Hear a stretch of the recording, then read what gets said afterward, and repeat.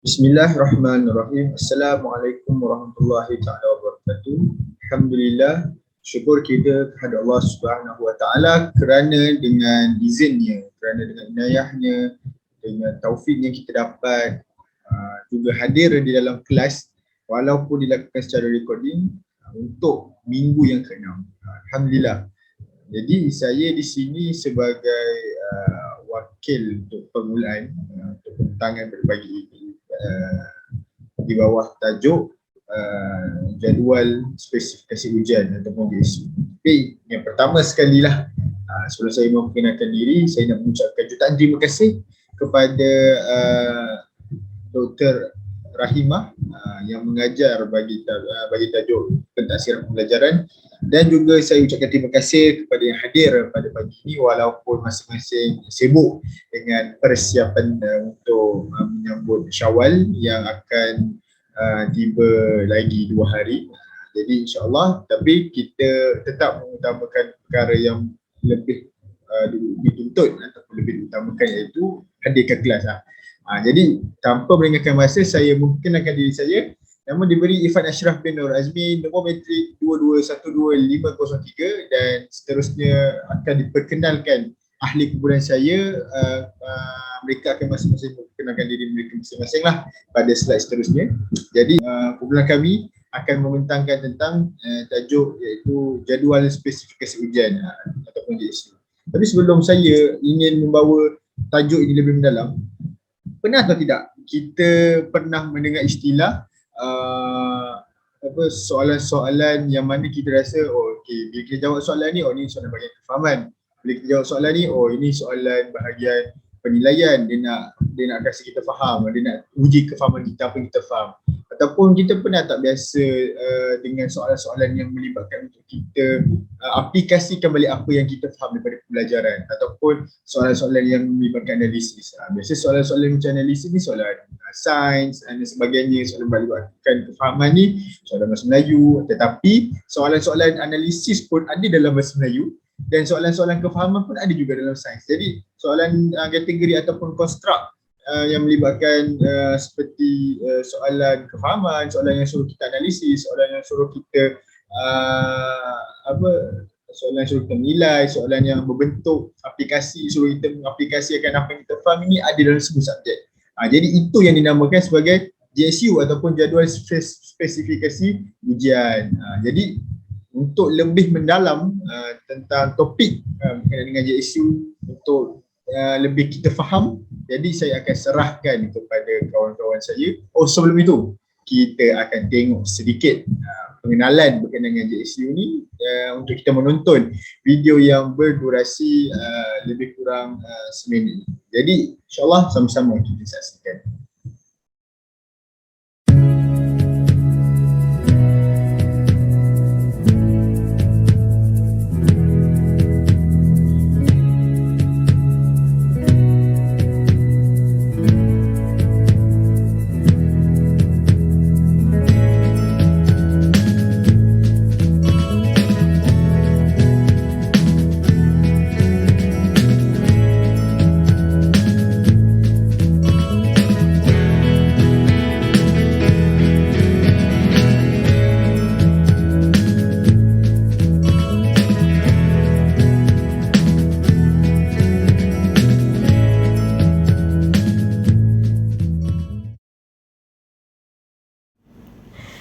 Assalamualaikum.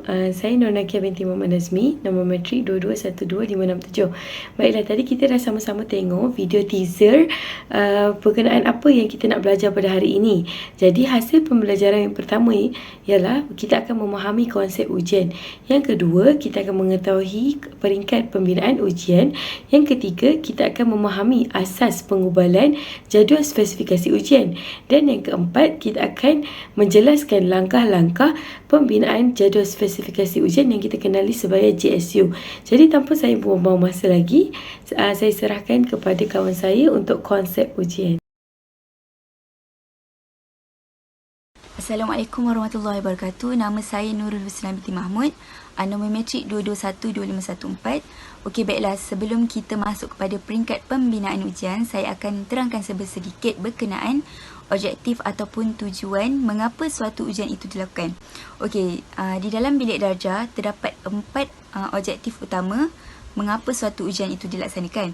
Okey, yang pertama adalah ujian penempatan, yang mana ujian dilakukan untuk memperoleh maklumat yang dapat digunakan untuk menempatkan murid dalam kumpulan tertentu. Okey, contohnya kita dapat lihatlah beberapa sekolah, terutama sekolah swasta, yang mana sebelum mereka mendaftarkan diri ke tingkatan 1, suatu ujian akan dilakukan, sama ada ujian lisan ataupun ujian bertulis, yang mana keputusan ujian tersebut akan menentukan sama ada calon tersebut layak ataupun tidak untuk memasuki sekolah tertentu itulah. Okey, seterusnya ujian diagnostik, yang mana ujian dilakukan untuk menentukan punca masalah supaya langkah pemulihan dapat diambil dengan segera dan betul. Okey, seterusnya ujian formatif, yang mana ujian dilakukan untuk menentukan kemajuan murid serta tahap penguasaan mereka dalam suatu pelajaran. Okey, rasanya sebelum ni ada grup yang dah terangkan apa maksud ujian formatif dengan summative ni kan. Okey, formatif ni contohnya lepas belajar suatu topik tu, guru akan laksanakan ujian ataupun kuis lah untuk menentukan ataupun menentukan sama ada pelajar tersebut betul-betul faham atau dan menguasai ataupun tidak suatu topik yang dipelajari. Okey, seterusnya ujian summatif, yang mana untuk mengukur pencapaian murid pada akhir tahun atau pada akhir suatu kursus untuk tujuan penggradean dan pemeringkatan. Ini kita sedia maklumlah. Contohnya ujian pertengahan tahun, ujian akhir tahun ataupun ujian akhir semester. Seterusnya kita masuk kepada jenis-jenis ujian. Okey. Jenis ujian yang pertama adalah ujian pencapaian, yang mana suatu ujian yang digubal oleh guru bagi mengukur sejauh mana suatu kumpulan murid atau seseorang murid berkenaan telah menguasai suatu topik yang telah dipelajari. Okey, ini contohnya macam peperiksaan akhir tahun, pertengahan tahun, yang kita nak tengok sama ada pelajar itu menguasai ataupun tidak pelajaran yang selama ni diorang belajar.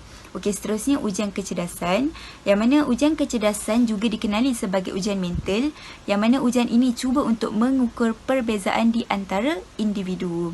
Okey, seterusnya ujian diagnostik. Ni yang macam seperti yang saya sebut tadi lah. Ujian ini mengenal pasti suatu perkara atau masalah yang berlaku dalam pengajaran dan pembelajaran.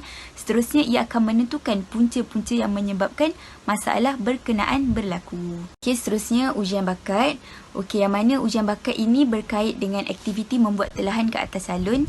Okey, contohnya kalau dulu kita dapat tengok Kamil ataupun Amal Islami, yang mana juri akan menilai ataupun membuat telahan ke atas peserta sama ada peserta tersebut boleh menyanyi ataupun tidak, boleh bertaranum ataupun tidak. Itulah antara contoh ujian bakat. Okey, seterusnya ujian prestasi. Ujian prestasi memerlukan para pelajar membuat beberapa tugasan lain sebagai tambahan kepada menjawab soalan. Okey, ujian prestasi ni guru menilai pelajar, dia buat satu ujian ataupun tugasan lain lah. Dia bukan bergantung kepada menjawab soalan saja, dia akan membuat aktiviti lain, contohnya pembentangan ataupun simulasi ataupun amali lah, yang mana dengan aktiviti tersebut guru akan menilai dan akan memberi markah kepada pelajar. Okey, seterusnya ujian personaliti. Okey, ujian personaliti ni kita pun selalu dengar juga, yang mana ujian untuk mengenal pasti potensi diri, personaliti, tahap kemahiran, keupayaan, minat, nilai dan sikap seseorang yang diukur melalui alat-alat instrumen psikologi. Okey, ni yang macam dululah kita buat ujian psikometrik semua tu kan. Okey, itulah contoh dia. Okey, seterusnya ujian kecekapan. Okey, ujian kecekapan digunakan oleh seseorang guru untuk menguji kebolehan atau kecekapan seseorang murid atau calon dalam melaksanakan sesuatu tugasan atau aktiviti yang diberikan. Okey, contohnya macam guru memberikan tugasan, contoh membuat amali. Dari situ guru akan menilai lah dan memberi markah kepada pelajar. Saya Nurul Masyita binti Ahmad Adli, nombor metrik 2212597. Saya akan membentangkan tajuk peringkat pembinaan ujian. Okey, pembinaan ujian ini terdapat 5 peringkat, iaitu peringkat pertama, kedua, ketiga, keempat dan kelima. Okey, mari kita lihat peringkat-peringkatnya. Peringkat pertama adalah menentukan tujuan ujian. Peringkat kedua, membina jadual spesifikasi ujian. Peringkat ketiga, menggubal item-item ujian. Peringkat keempat, memasang item ujian. Dan akhir sekali peringkat yang kelima, modifikasi dan pemurnian item. Okey, baik. Seterusnya kita tengok peringkat yang pertama. Peringkat pembinaan ujian pada peringkat pertama iaitu menentukan tujuan ujian. Okey, peringkat pertama menentukan tujuan ujian ni ada 3. Ujian diberi sebelum, semasa dan akhir pengajian. Okey, apa itu tujuan dia? Tujuan dia yang pertama ialah untuk mengukur pencapaian pembelajaran.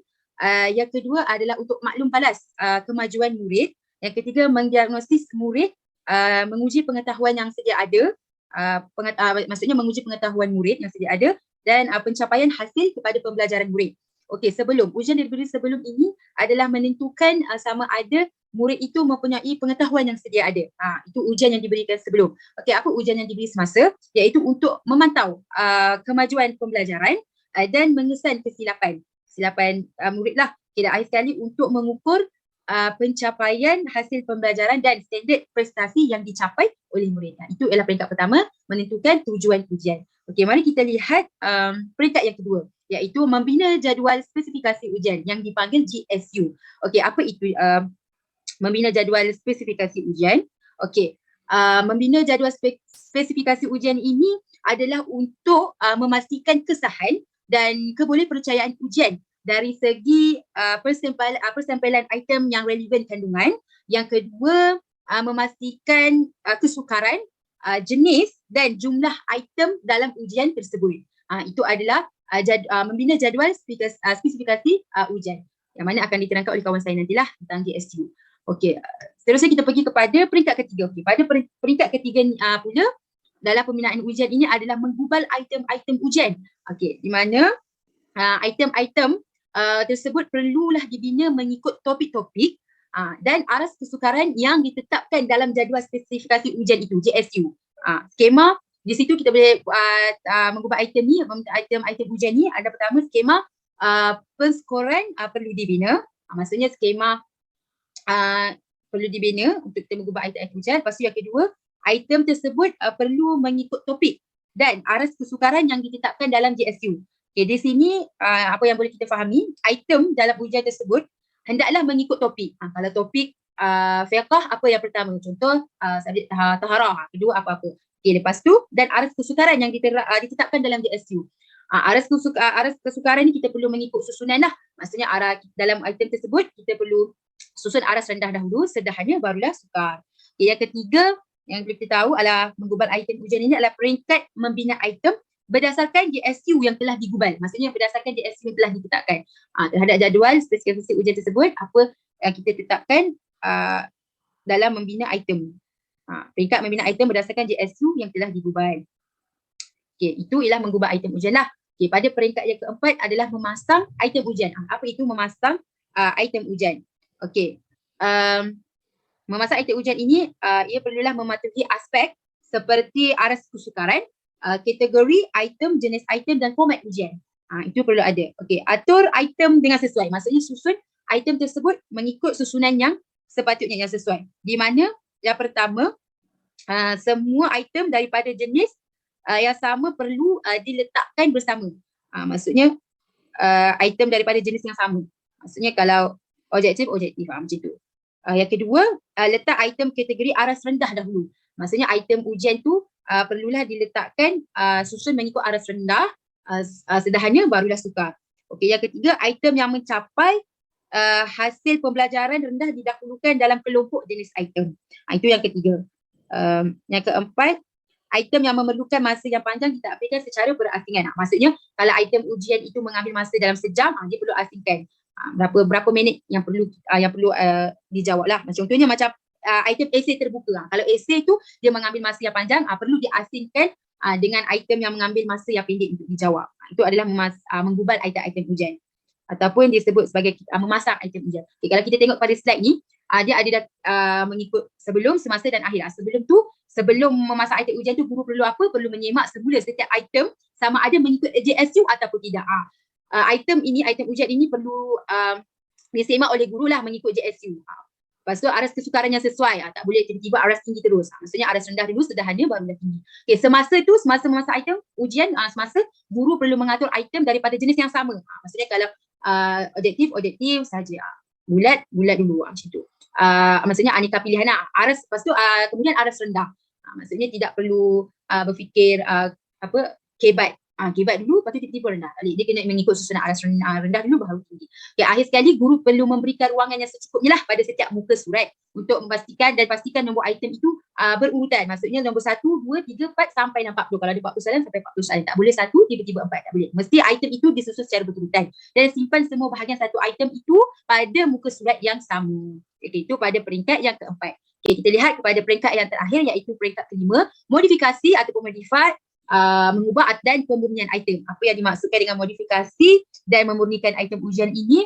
Okay, tujuan dia adalah supaya ujian item ujian tersebut bebas daripada kesilapan, sebarang kesilapan dan penambahbaikan terhadap item ujian tersebut sebelum dihantar untuk pencetakan. Maksudnya peringkat kelima, guru perlu memastikan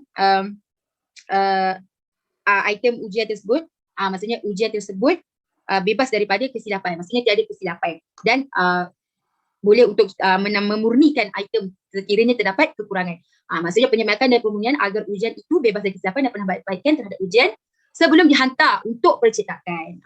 Okay, itu adalah merupakan 5 peringkat pembinaan ujian. Bismillahirrahmanirrahim. Nama saya Ahmad Nazfar bin Zubairi, nombor metrik 2212654. Baik, seterusnya kita pergi kepada topik penggubalan jadual spesifikasi ujian ataupun ringkasannya JSU. Sebelum kita pergi dengan lebih lanjut, kita perlu kenal apakah itu jadual spesifikasi ujian ataupun JSU ini. JSU merupakan satu senarai, satu blueprint ataupun satu kerangka yang mana jadual tersebut menggambarkan suatu ujian secara terperinci atau secara detail. Dari segi apa? Dari segi huraian objektif, jenis item, sasaran ujian, aras kesukaran ujian dan juga jumlah item. Apabila penggubal soalan atau pengguru menggunakan menggubal soalan berdasarkan JSU ini, maka soalan yang dilakukan, yang dibina itu akan menjadi soalan yang berkualiti untuk menilai pencapaian pelajar. Kemudian JSU ini merupakan langkah awal sebelum membina satu set item-item yang lengkap. Baik, membina satu set item-item yang lengkap ini merupakan proses ketiga dalam pembinaan ujian. Dan oleh itu penggubalan JSU ini merupakan peringkat kedua dalam proses pembinaan ujian. JSU ini juga dikenali sebagai jadual penentuan ujian atau ringkasannya JPU dan juga dipanggil juga sebagai jadual spesifikasi item JSI. Apakah tujuan penyediaan JSU? Tujuan penyediaan JSU ialah untuk memastikan kesahan dan kebolehpercayaan ujian yang digubal. Apakah maksud kesahan dan kebolehpercayaan ujian yang digubal ini? Maksudnya ialah soalan yang digubal itu tidak akan lari daripada tajuk yang telah ditetapkan dan juga soalan itu adalah berdasarkan standard kurikulum yang telah ditetapkan oleh kementerian. Begitu juga dengan aras kesukaran soalan. Bukan soalan yang senang sahaja yang akan dibina. Begitu juga bukan soalan yang susah sahaja yang akan dibina. Bahkan mereka perlu mengimbangi aras kesukaran soalan berdasarkan JSU ataupun garis panduan yang disediakan dalam JSU. Kemudian siapakah yang membuat JSU? Yang pertama adalah penggubal soalan, penggubal kurikulum dan kosakata pelajaran. Yang kedua adalah guru-guru yang mengajar mata pelajaran. Kemudian apakah fungsi JSU? Fungsi JSU adalah sebagai panduan kepada siapa?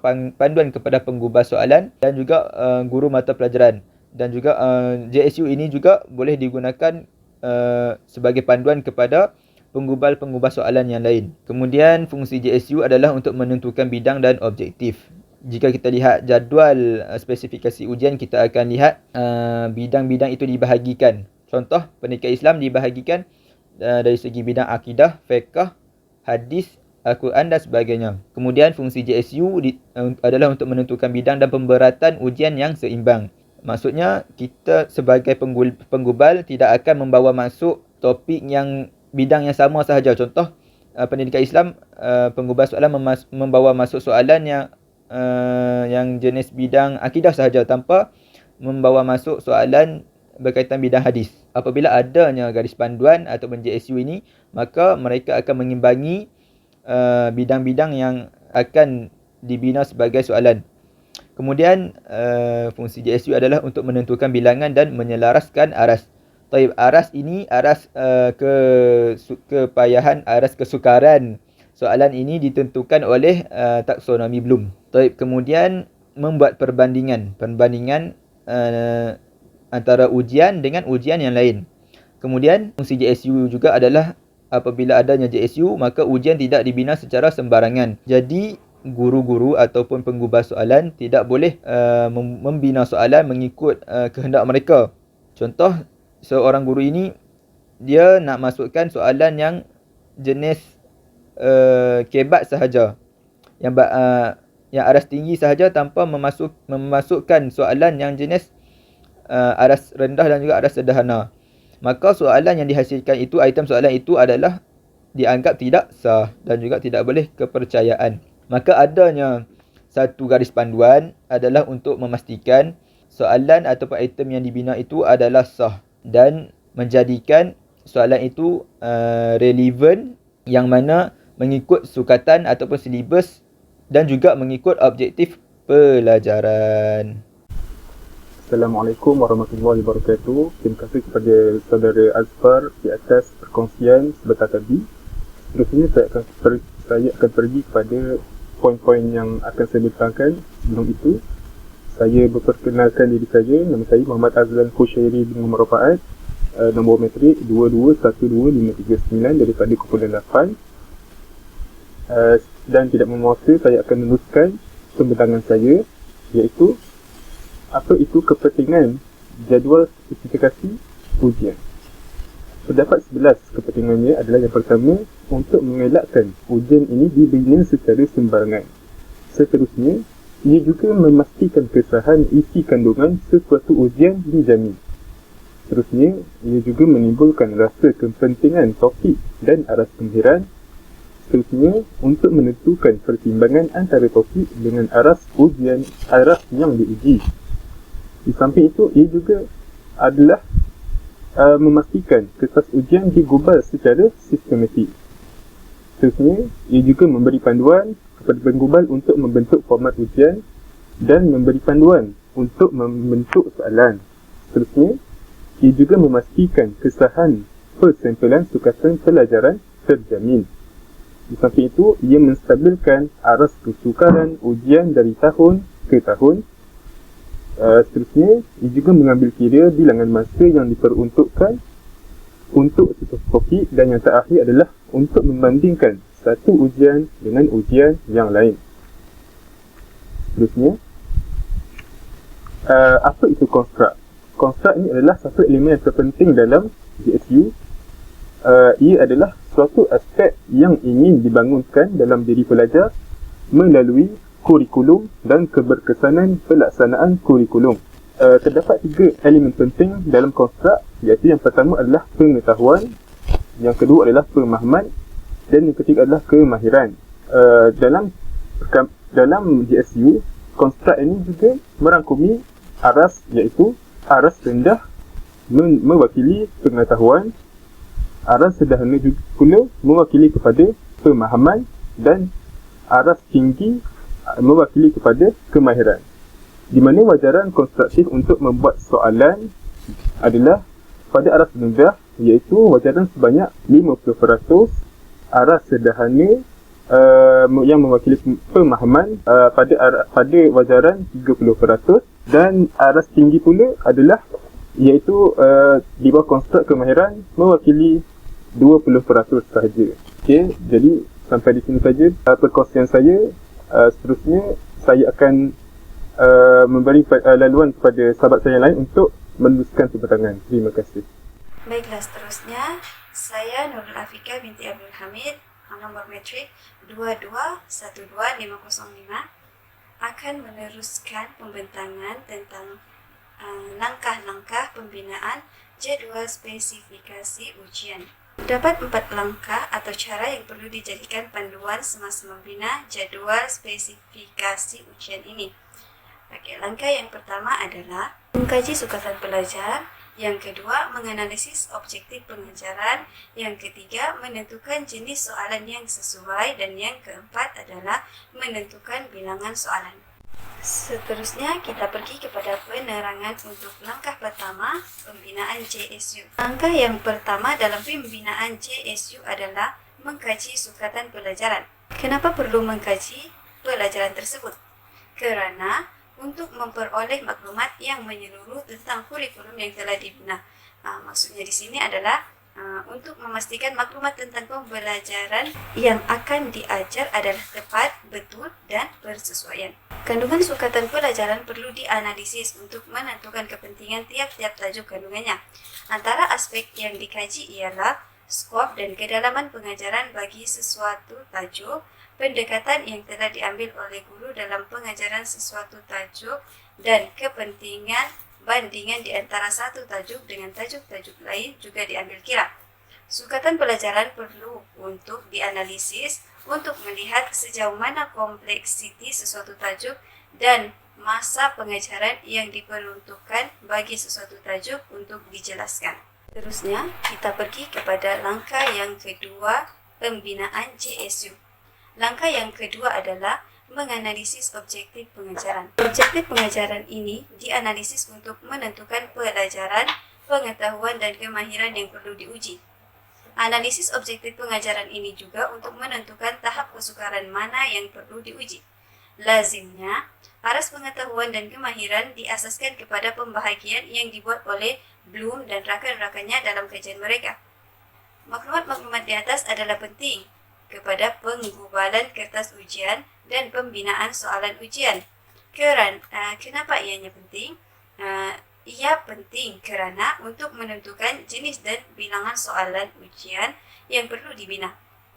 Berdasarkan penganalisaan inilah JSU terbina. Lazimnya, JSU mengandungi 3 paksi utama, iaitu yang pertama, paksi kandungan yang biasanya mengandungi tajuk atau subtajuk.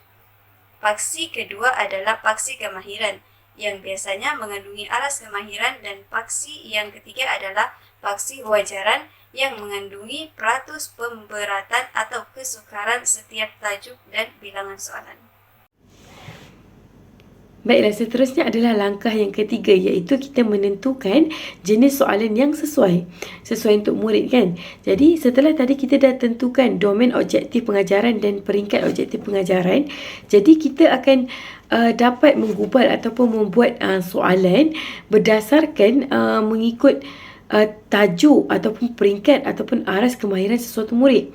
Yang seterusnya, kita akan dapat membina soalan yang bersesuaian dengan isi pengajaran dan tahap kecerdasan murid. Okey, maksudnya kat sini kita kena nak bina soalan tu berdasarkan tajuk yang sesuai lah. Kalau kita mengajar tajuk solat, kenalah buat tajuk solat ujiannya, kan. Kalau kita buat soalan tu kita mengajar tahun 1, janganlah kita buat soalan untuk tahun 2, sebab kita kena buat pada peringkat ataupun aras kemahiran murid kita sendiri. Okey, itu adalah yang nombor 3. Seterusnya, langkah yang keempat, iaitu menentukan bilangan soalan. Kenapa? Kerana jumlah soalan harus mencukupi untuk mewakili isi kandungan domain objektif pengajaran dan juga peringkat objektif pengajaran yang hendak diukur. Okey, itu pertama. Yang kedua, jumlah soalan mempengaruhi kebolehpercayaan dan kesahihan sesuatu ujian. Apa maksud kebolehpercayaan? Ia adalah keupayaan untuk seseorang pelajar itu mendapat markah yang sama jika dia menjawab kembali soalan yang sama.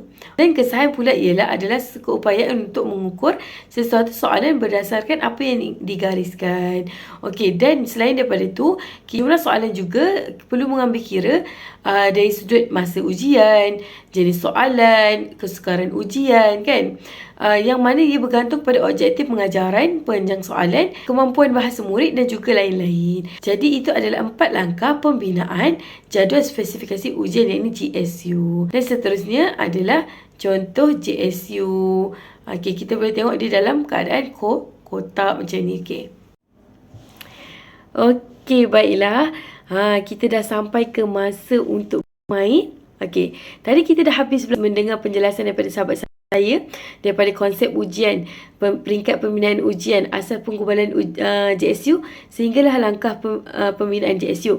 Jadi sekarang ni kita nak uji minda kognitif kita dengan menjawab soalan di Quizizz. So korang boleh tekan link yang kita orang akan sharekan di grup WhatsApp ataupun boleh masukkan kod tersebut di app di web Quizizz, okay?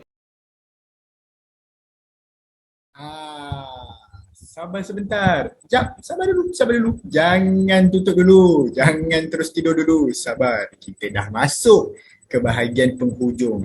Ya. Dah nak masuk bahagian penghujung ni dan habis dah. Sabar sebentar. Jadi, di sini saya akan buat satu rumusan ataupun orang kata sebagai natijah, sebagai penutup kepada topik pada pagi ini dan daripada kumpulan 8 yang bertajuk jadual spesifikasi ujian atau nama pendek dia iaitu JSU.